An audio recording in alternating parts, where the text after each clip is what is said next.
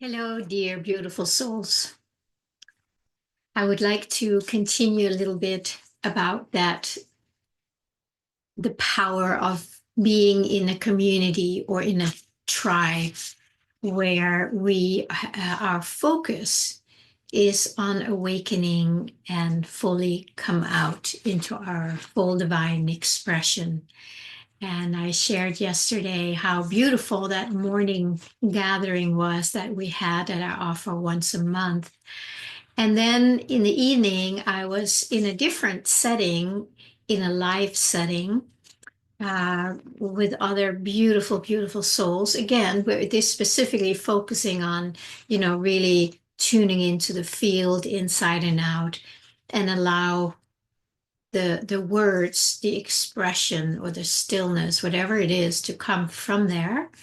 And then it's just magical how the space, the it becomes so tangible because we're all focusing on that. And of course, what we focus on comes alive. What we acknowledge, we experience more of. So I want to just add a little bit to what I shared yesterday based on that other group I was in. This is not one that I'm facilitating. This is more group facilitation, and where it's really being in your sovereignty. So what I think is so powerful is that when we are able to create a space where it is safe to be yourself, where it's not only safe, it is encouraged, it's welcomed. Um, and when that safe space is created where everybody has permission to fully be themselves, whatever that means, um, it could be there were a few people who didn't share much last night. That I sensed there was a shyness. It was totally okay.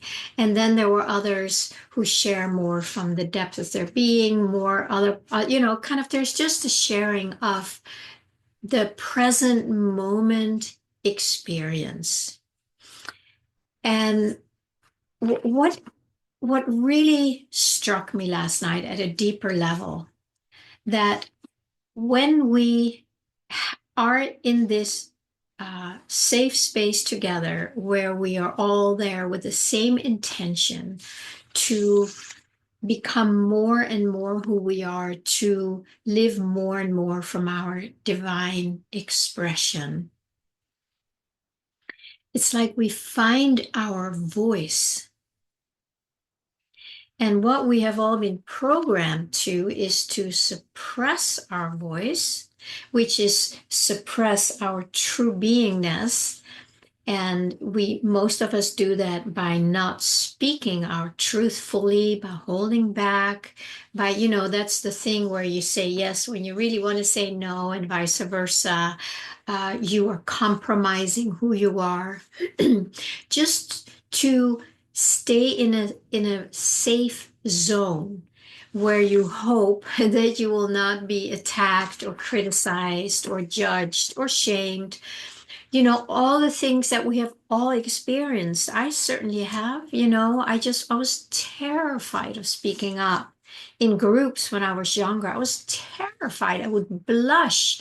If people would look at me and I would speak, I wanted to run. That was in my earlier days, but that stayed with me for a long time. So in that way, I really held myself back, but inside, there was still the spirit that I am, that I was then, that I am today. That part of me never went away, but I was just like suppressing it. So then imagine, and you probably have experienced that when you are in, let's say when you're in some kind of a sacred circle, could be a women's circle, could be a men's circle, whatever it is, where the setting is such that we are here to learn about ourselves, to become ourselves, no matter what. It's not about judging each other, giving feedback, interrupting. that doesn't belong there because then it's not safe. We need to really have a place where we all know I can just be myself no matter what, no matter how divinely enlightened I am in that moment, or how I'm just like, I'm here. I'm not ready to express. And that can be here too. And the more we can just speak that, even, if it's this or that, when there is a permission to just speak it and own it without shame or doubt or fear. Actually, there might still be shame or doubt and fear, but if we can, it's like taking that step back and hold that part of us also and say, I'm really afraid to speak this right now, so I'm not going to say anything. Boom, you're totally present with your experience, right? That's where you're at. And you're owning it, you're allowing it, and there you have it. When we do that, there's always something opening up because then the part that was holding back can relax a little more, so a little more can come out. And what happens then when more and more of us find our voice that expresses our being, the layer, the matrix, the veil starts dissolving, and naturally the true being of who we are comes out more. So when we do that in a group, it's very powerful to do it in a group because most of us are afraid or have been afraid to express ourselves authentically, transparently with others. So when we're alone, we can just maybe do it more, feel it more. But when we're with others, there is a sense of there's always a little bit of like holding back. So when we have the setting, it's safe, it's allowed to fully be yourself, that layer starts dissolving in all of us. And in that, the divine expression starts coming out, our true voice, let's say God's voice. And what we experienced then, and I had a very beautiful, realization of that yesterday. So when it's safe, we find our voice, the restrictions around our voice, our being are dissolving, and then the true voice comes out. And what we experience then is that there is really only one voice. And in the group setting that I was in last night, it becomes very tangible and obvious. So the more we're just being that, the feel becomes so tangible. And it seems like it's all one. It's all one. So I express, another expresses, it's kind of bounces off each other. And the magic is that you start feeling like, oh my God, it is the same voice speaking through all of us. And that is what I found so powerful, that we do this in a group, then everybody benefits and basically the whole world benefits because suddenly there is a light and an energy rising out of this having held it back. And that's much more powerful than when we do it on our own, right? Because it's in group settings, it's with others that we had to learn to hold back. So if we can do the opposite in group settings, and instead of learning, to hold back, now we can learn to open up and allow more out. And honestly, more God, whatever God is, more divinity, more of the field, more of our essence, of our soul, simply comes out naturally, and everybody will feel it. So even though we do it in a small circle, I know that the whole world is impacted by it because we release an energy, and there's nothing like an explosive energy. It's just you can just feel like, wow, here's the field, super, super tangible. Where before we might just still be more conscious of the holding back. So we can't really feel the field which is here. That's all there is. So creating a safe space where we allow ourselves and each other to find our voice as it is expressed from our soul, we literally liberate our soul.